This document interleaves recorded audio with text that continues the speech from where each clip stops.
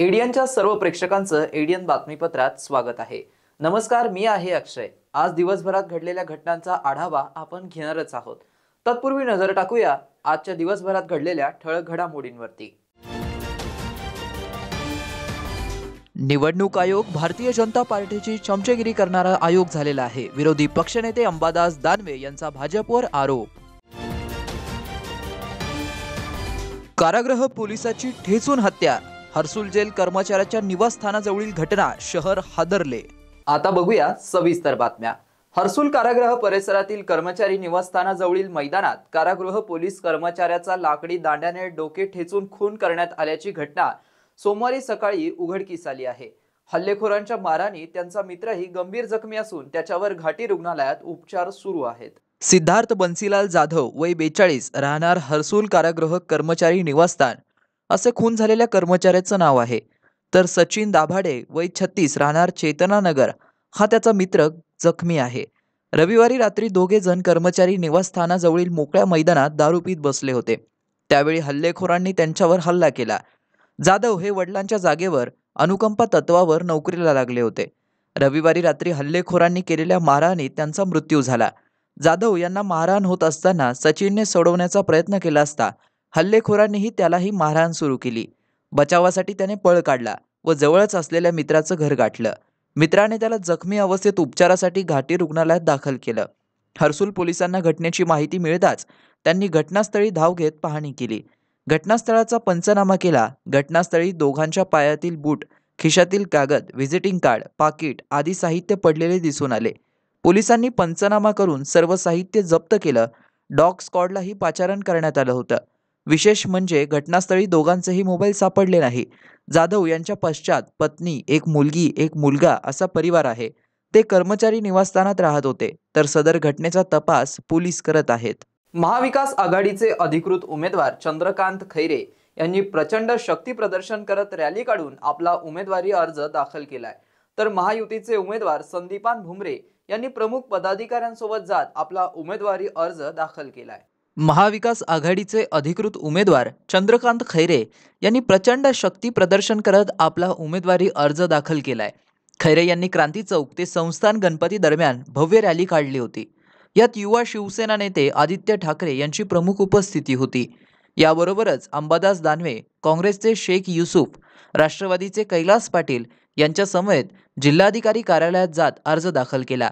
तर महायुतीचे उमेदवार संदीपान भुमरे यांनी प्रमुख पदाधिकाऱ्यांसोबत जात आपला उमेदवारी अर्ज दाखल केला। संदीपान भुमरे यांनी संजय शिरसाट, शिरीष बोराळकर यांच्यासह जात आपला अर्ज दाखल केला।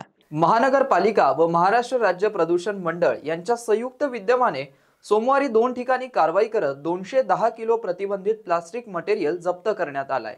संबंधितांकडून 16,000 रुपयांचा दंड सुद्धा वसूल करण्यात आलाय। महानगरपालिका व महाराष्ट्र राज्य प्रदूषण मंडळ यांच्या संयुक्त विद्यमाने सोमवारी झोन क्रमांक 5 जाधव मंडी अंतर्गत नवीन मोंढा येथे 6 दुकानांची तपासणी करण्यात आली। यात 2 ठिकाणी कारवाई करण्यात आली। स्वास्तिक प्लास्टिक दुकान व स्थानिक विक्रेते यांच्याकडून 210 किलो प्रतिबंधित प्लास्टिक मटेरियल जप्त करण्यात आले व संबंधितांकडून 16,000 दंड वसूल करण्यात आला। सदर कारवाई आयुक्त तथा प्रशासक जी श्रीकांत यांच्या आदेशानुसार व उपायुक्त तथा घनकचरा व्यवस्थापक कक्ष प्रमुख रवींद्र जोगदंड व सविता सोनवणे यांच्या मार्गदर्शनाखाली नागरी मित्र पथकाचे प्रमुख प्रमोद जाधव, प्रदूषण मंडळाचे डॉक्टर स्नेहल कोशो, स्वच्छता निरीक्षक रेणुका गायकवाड, सौरव घोरपडे, प्रमोद बनकर, सुहास आगलावे, मित्र पथक कर्मचारी देविदास सुसर, आबाराव सोळुंके, दौलत म्हस्के, संजय पवार आदी कर्मचारी यांच्या पथकाकडून करण्यात आली। शहरालगत असलेल्या पडेगाव ते मिटमिटा रोडवरती चालत्या नॅनो कारने पेट घेऊन तिने उग्र आगीचं रूप धारण केलं असल्याची घटना सोमवारी पाहावयास मिळाली। या घटनेमध्ये नॅनो कार जळून खाक झाली, मात्र जीवितहानी झाली नाहीये हे विशेष। शहरालगत असलेल्या पडेगाव ते मिटमिटा रोडवर चालत्या नॅनो कारने पेट घेऊन तिने आगीचं उग्र रूप धारण केलं होतं। ही घटना सोमवारी दुपारच्या सुमारास पाहावयास मिळाली. या घटनेमध्ये नॅनो कार जळून खाक झाली.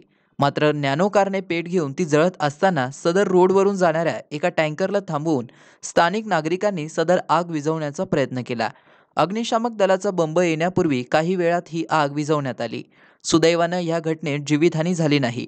गेल्या 8 ते 10 दिवसांपूर्वी फुलंब्री तालुक्यात LPGवर चालणारी ओमिनी कारमध्ये अनधिकृतरित्या गॅस रिफिलिंग करत असताना स्फोट झाला होता. अशाच प्रकारे 15 दिवसातली ही दुसरी घटना आहे. शहरामध्ये दिवसांदिवस उन्हाचा पारा वाढत चालल्याने चारचाकी जळण्याचे प्रकार घडत आहेत. पडेगाव परिसरात झालेल्या या घटनेमध्ये नॅनो कार जळून खाक झाली, मात्र जीवितहानी झाली नाहीये, हे विशेष. शहरवासियांना एक सुवर्ण संधी. तुम्हीही एखादा व्यवसाय करताय तर मग एडियनवर जाहिरात करा आणि मिळवा व्यवसायात मोठा फायदा. तर वाट कसली पाहताय? आताच खाली दिलेल्या नंबरवर संपर्क साधा. इथे वेळ झाली आहे एका छोट्याशा ब्रेकची. कुठेही जाऊ नका, पाहत रहा एडियन न्यूज.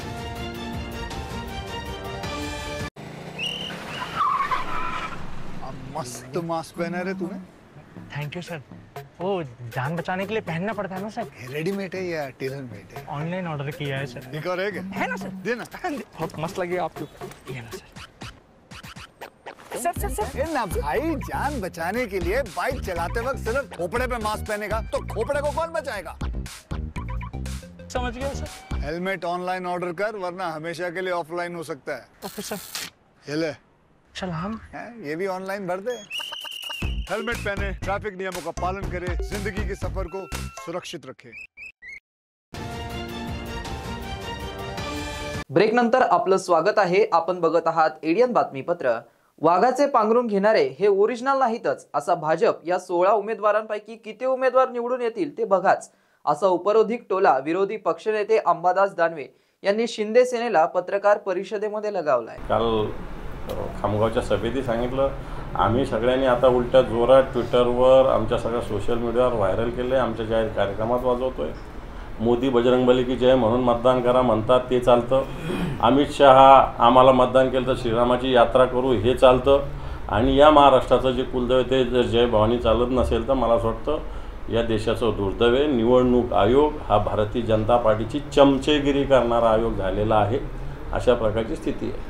आतापर्यंत जी एक शिवसेना होती तिचे 2 अंग झाले आणि या दुसऱ्या अंगाला आता शक्ती प्रदर्शन करावं लागतं निवडणुकीच्या तोंडावर. कसं बघताय? शक्ती प्रदर्शन वगैरे काही नाही. आम्ही आमचे फक्त प्रमुख कार्यकर्त्यांना बोलवलेलं आहे. कोणती ताकद शक्ती या कामाला लावण्याची गरज नाही, ती मतदानाला लावण्याचं आम्ही ठरवलेलं आहे. उत्स्फूर्तपणे लोक येतील, त्याला शक्ती प्रदर्शन म्हणण्याची काही आवश्यकता नाही. पण या संभाजीनगरात उत्स्फूर्तपणे शिवसेनेचं कोणताही प्रोजेक्ट, काही कार्यक्रम असला, काही उपक्रम असला तर 2-5 हजार लोक तर कधी येतच असतात आमच्या कार्यक्रमाला. आणि आता आजही मोठ्या संख्येनं सगळे शिवसैनिक या कार्यक्रमाला हजर राहतील. मग त्या 16मध्ये पण एखादी कमी होईल असा माझा अंदाज आहे. जी बाळासाहेबांची शिवसेना आम्ही म्हणजे उद्धवजी ठाकरे साहेब संपवायला निघाले, ती बाळासाहेबांची शिवसेना 22-23 जागा लढत होती. अर्ध्या जागा भारतीय जनता पार्टीवर लढली होती. एकच जागा त्यावेळेस तीही लढायला मिळाली असती, परंतु शिवसेनेनं 22 जागा लढल्या, ते 22 जागा लढलेल्या होत्या. आणि अशा असताना आज तुम्ही 16वर आले. बाळासाहेबांची शिवसेना तुम्ही पुढे नेताय का मागे नेताय हे जनतेला कळतं आहे. तुम्ही काही ही शिवसेना खरं तर नकली अर्थानं तुम्ही वाघाचं पांघरून घेणारी सेना आहे, काही ओरिजिनल शिवसैनिक नाहीच आहे. तुम्ही लोक सगळे गद्दारी करणारे आहात. म्हणून आता तरी 16 आहे, त्यातले किती निवडून येऊ देतात भारतीय जनता पार्टी तेही आपण बघूया. शहरालगत असलेल्या चौका घाटामध्ये ज्या ठिकाणी तृतीयपंथी येणाऱ्या जाणाऱ्या वाहनांना थांबवून वाहनधारकांकडून पैसे लुबाडतात, त्याच पुलावर मका घेऊन जाणारा ट्रक पलटी झालाय. त्यामुळे काही काळ वाहतूक ठप्प झाली होती. शहरालगत असलेल्या चौका घाटामध्ये जळगाव रोडवर एक ट्रक पलटी होऊन अपघात झाल्याची घटना सोमवारी दुपारी 1 ते 1:30 वाजेच्या सुमारास घडली. फुलंब्रीकडून शहराच्या दिशेने येत असणाऱ्या हा ट्रक चौका घाट येथे चालकाचा ट्रकवरील ताबा सुटल्याने सदर अपघात घडलाय. हा अपघात घडल्याबरोबर दुपारी काही वेळ सदर ठिकाणी वाहतूक ठप्प झाली होती. घाटाच्या दोन्ही बाजूने मोठ्या प्रमाणात वाहतूक ठप्प होऊन घाट जाम झाला होता. त्यानंतर काही स्थानिक नागरिकांच्या मदतीने सदर वाहतूक सुरळीत करण्यात आली. दरम्यान सदर अपघात घडला त्या पुलावर मागील काही दिवसांपासून काही तृतीयपंथी वाहनधारकांना अडवून त्यांच्याकडून पैसे लुबाडत असल्याचे प्रकार घडत होते आणि त्याच जागेवर सदर अपघात घडला. यात सुदैवानं जीवितहानी झाली नाही. ट्रकमध्ये भरलेला मका पुलावरून खालपर्यंत पसरला होता. तर दुपारनंतर सदर ठिकाणी मदत कार्य सुरू करण्यात आले होते. सोयगाव तालुक्यातील पांढरी गावामधील नागरिकांना पिण्याच्या पाण्यासाठी दूरपर्यंत भटकंती करावी लागत असल्याचे चित्र पाहावयास मिळत असून पाण्याची टाकी असली तरी पाणी मिळत नसल्याचे स्थानिक गावकरी मेटाकोटीस आले आहेत. सोयगाव तालुक्यातील पांढरी या गावामध्ये पाण्याची टाकी बसवण्यात आली आहे. मात्र त्या गावाला पाणी पुरवठा केला जात नाही. गावाला पाणी पुरवठा करण्यात यावा अशी मागणी स्थानिक गावकऱ्यांनी प्रशासनाकडे अनेक वेळा केली आहे. असे असतानाही गावातील पाण्याची टाकी कोरडी असून स्थानिक गावकऱ्यांना पाण्यासाठी डोंगर भागातून पायपीट करावी लागते. पाण्यासाठी लांबच लांबपर्यंत पायपीट करावी लागत असून त्यांच्या जीविकास धोका निर्माण झाला असल्याचे चित्रावरून दिसतंय. सिल्लोड जळगाव मतदारसंघाचे आमदार हे मंत्रिमंडळात मंत्री असले तरी त्यांच्याच तालुक्यातील या गावाला पाण्यासाठी वणवण फिरावे लागत असल्याचे चित्र पाहायला मिळतंय. सदर ठिकाणी नियमित पाणी पुरवठा करण्यात यावा अशी मागणी स्थानिक गावकऱ्यांच्या वतीने केली जाते. एडियनसाठी तालुका प्रतिनिधी विनोद जगताप, सोयगाव. आमच्या गावात मुलीसुद्धा द्यायला जीव काढत्या सर लोक. मुलीला जर म्हणलं बाबा द्यायचं तर ते म्हणत्या काडक्यात उतरून सुने आमच्या मुलीला का आम्ही मारून टाकावं का, याच्या करताना द्यावं का, तुमच्याच बायाशी द्या पाण्याने आणत आमच्या बी मुलीला मारून टाकावं का. आमच्या गावात सुद्धा मुलं तशी बिगर मुली करताना फिरू राहिले राहू राहिले, पण एक सुद्धा सोय करून राहिलं. सरपंचाला सांगू राहिलं तर तो बी नाही ऐकू राहिला. मग एवढं आमचं काम फक्त करणं आहे. शासनाला म्हणणं आहे फक्त आमचं की आमची पाण्याची सेवा करा. जी पाण्याची टाकी आहे तिच्यात बी पाणी यायचं अजून द्यायचा पत्ता नाही आहे. जे आहोत होतं लोकाला भरा सावरा धुणं धाणं काय करताना तो बी तिथं बनवून नाही द्याला त्यांना. आणि आम्हाला खाली जाणं पडतं येणं पडतं बायाला. पाणी तर दरीमध्ये पाण्याला जायला लागतं. पाणी म्हणलं तर मरणाचं खाली आम्ही पैसे देऊन बी आम्हाला कोणी पाणी आणून देऊ राहिलं नाही. आम्ही म्हातारीशी हां पाणीच नाही राहिलं लगे.